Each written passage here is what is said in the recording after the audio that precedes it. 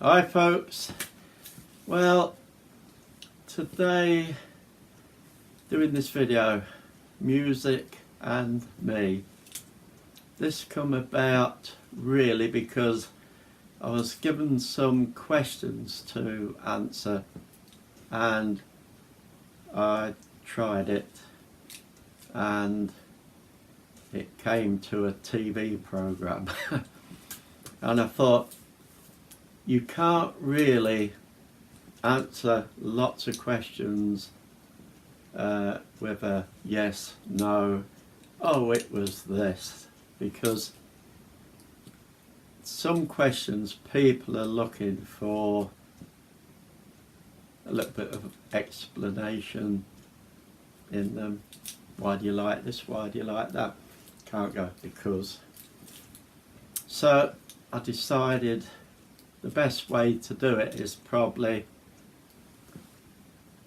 do them into single videos on that topic, which is what I'm doing. Might notice I look a little bit different today. That's because I was on a photo shoot earlier and this is what I had to wear. I had the Goff little jacket on with the bits and bobs, but it was bloody cold up near not far from the sea, and it is a flipping cold day. Anyway, yeah, back to this. Gotta start off, don't care if it's about music. If music be the food I love, give me a cup of soup. Oh, I could have done with that. Anyway, so music and me. I'm not going to pull punches with it. I'm not going to go, well, because I'm Goff, it's all got to be A, Goff, Z, or America, Z, Goff. No, it'll be what music is to me. Goff plays a big part of music in my life. I got lots, I mean, I don't know how many albums I've got, 80s vinyl albums, and apart from that I must have, I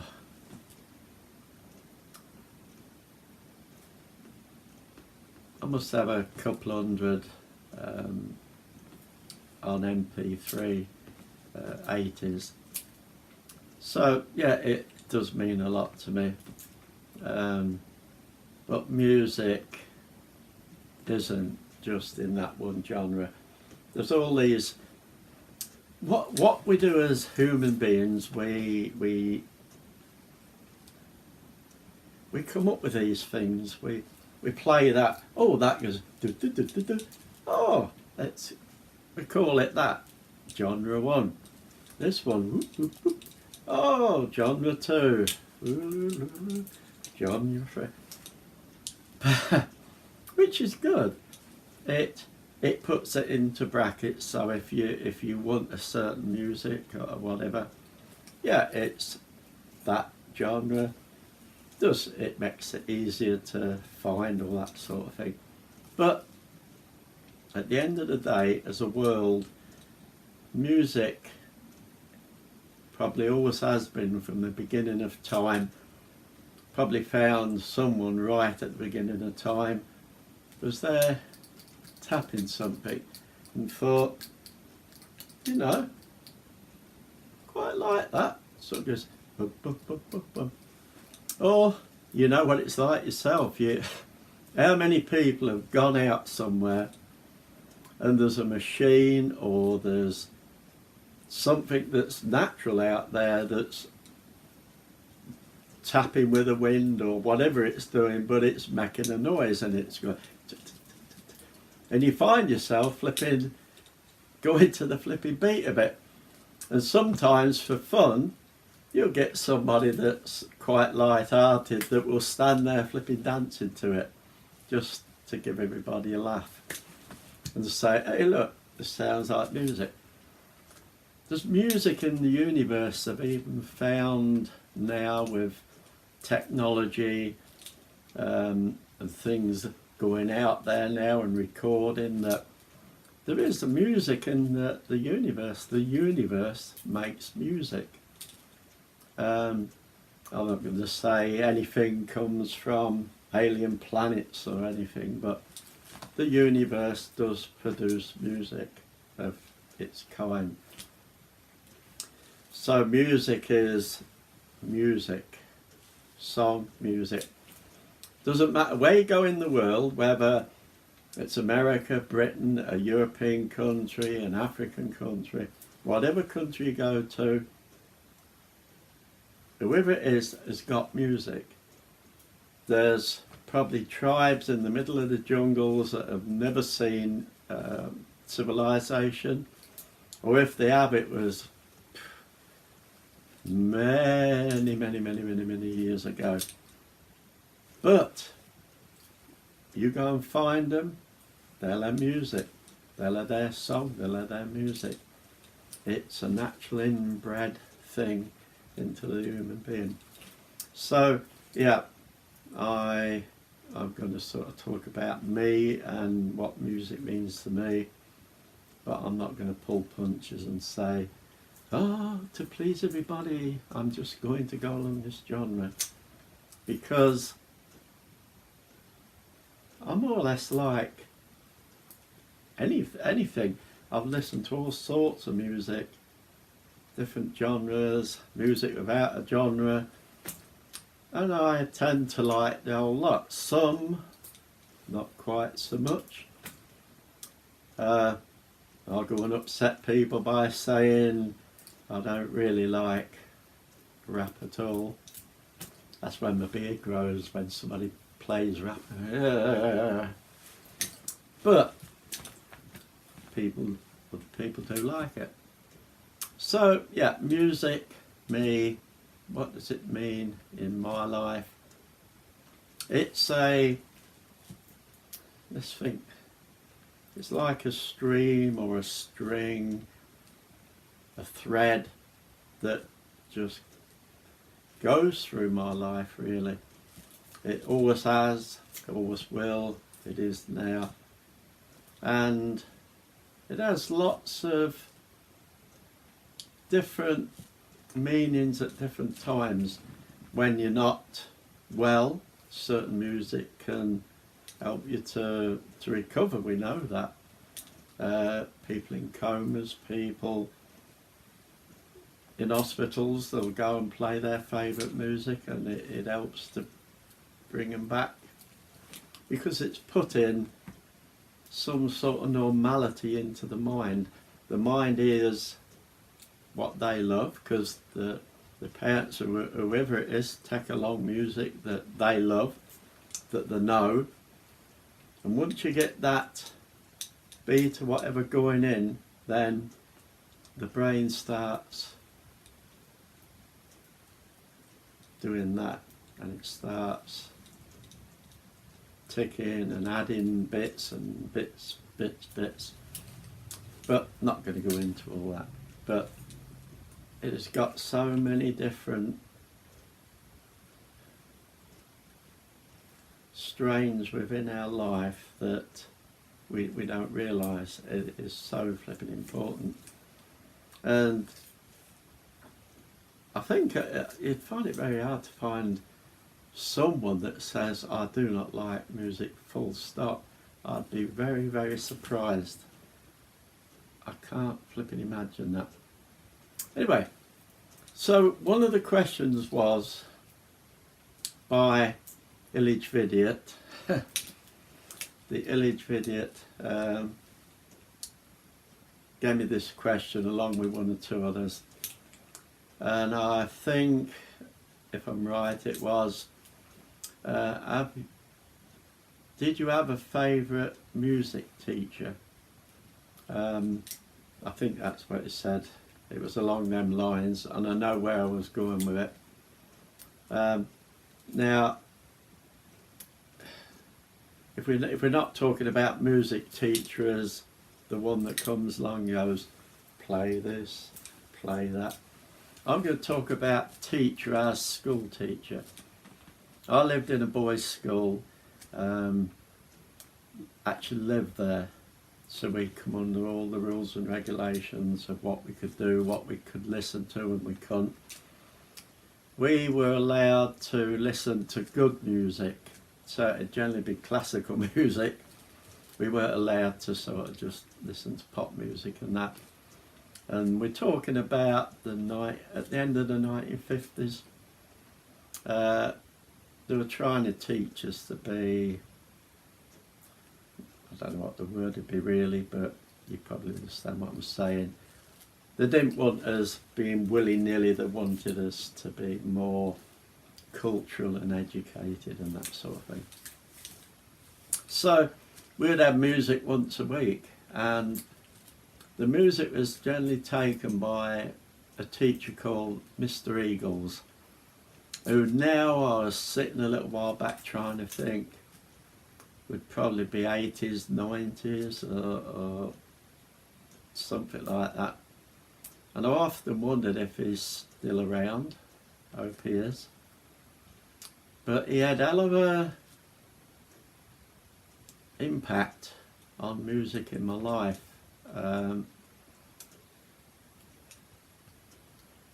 It wasn't till I went there, and the music every week was always classical. Can't remember if opera was in there, but it was classical. And he didn't just come along and say, bit of Mozart, listen to that.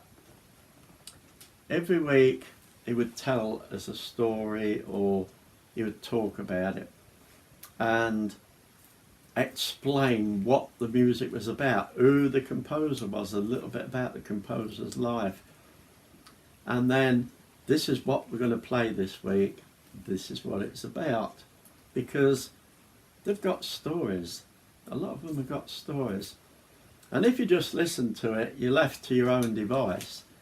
But if you know what's behind it, to start with, it's putting pictures there.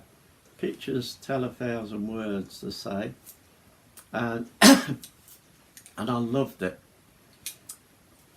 Let's look at two of the things that I remember being played, which after all these years I still remember to that day.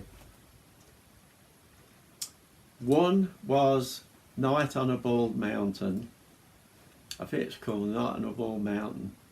And it's a piece of classical music, and it's about, it must be around about Halloween time, or pagans would know when it probably is, but it's a time when all the witches are gathering, and there's this mountain called the Bald Mountain, and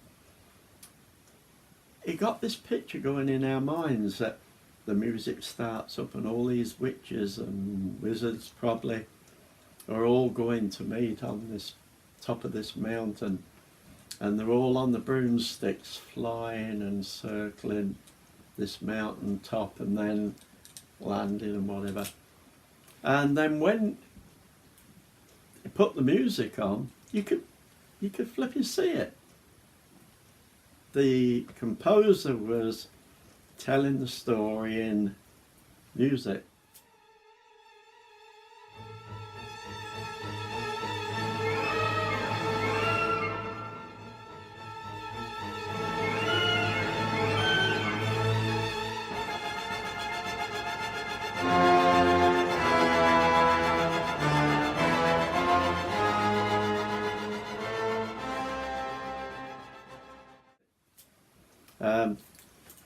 Wasn't what I was going to talk about, but let's talk about Peter and the Wolf. It's a fantastic piece of music. It's about it. If you can get the album Peter and the Wolf that's narrated, you'll have all the classical music, you'll have all the story to it. And if you're older and you've got kids, you can teach them something by using these pieces of music. Doesn't matter what you like, whether you like heavy rock, whether you like rap, whether you like goth. Doesn't matter what you like, you can still broaden your kids' minds, and doing it this way, it's fun. Peter and the Wolf, you can't flipping go wrong there. Night on a Bald Mountain.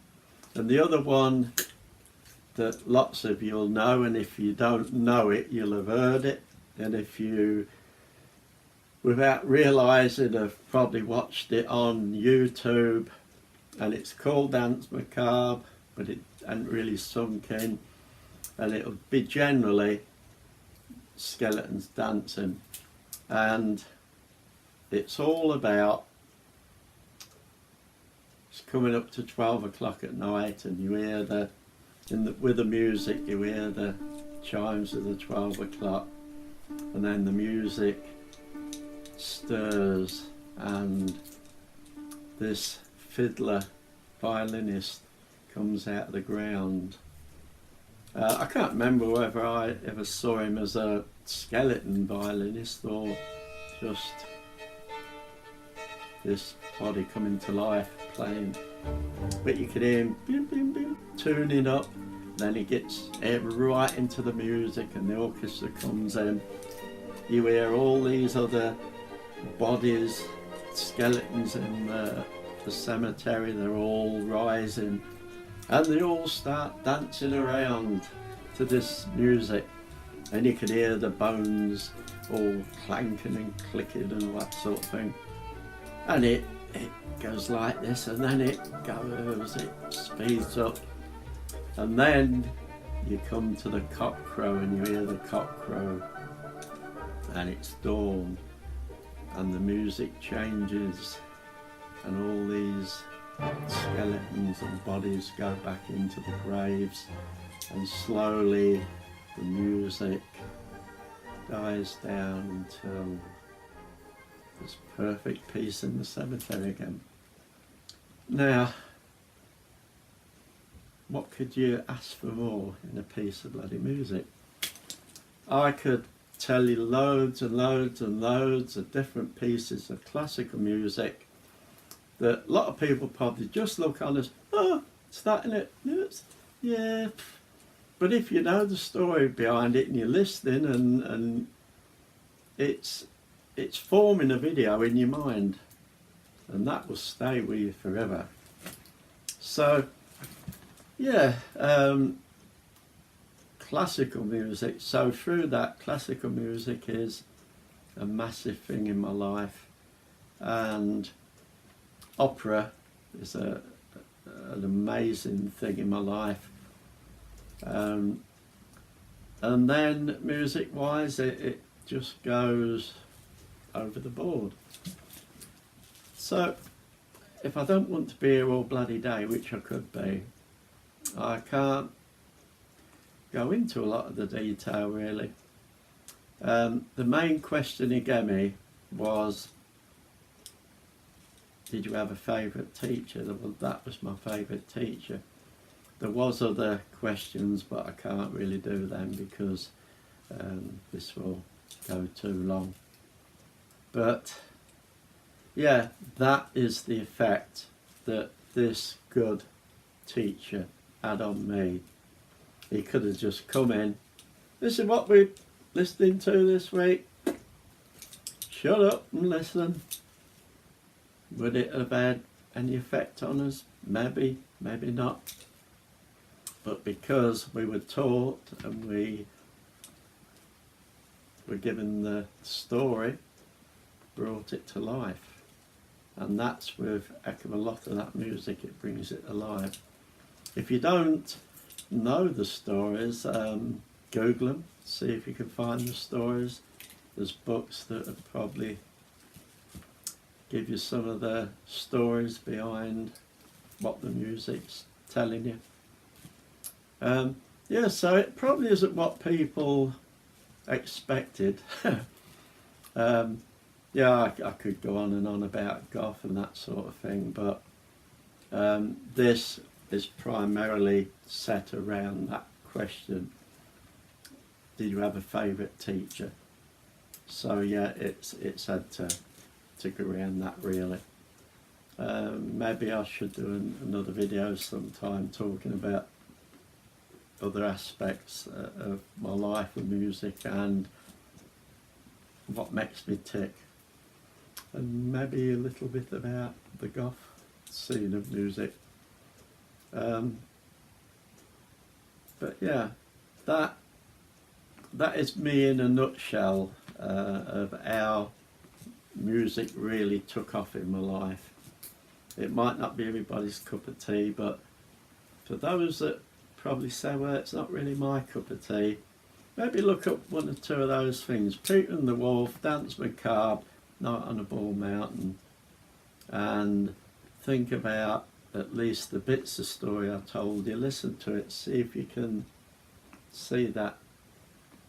Peter and the Wolf, if you get the one with the narration to it, you'll understand it anyway. So there you go, folks. Just a quick one. Music and me. Yeah.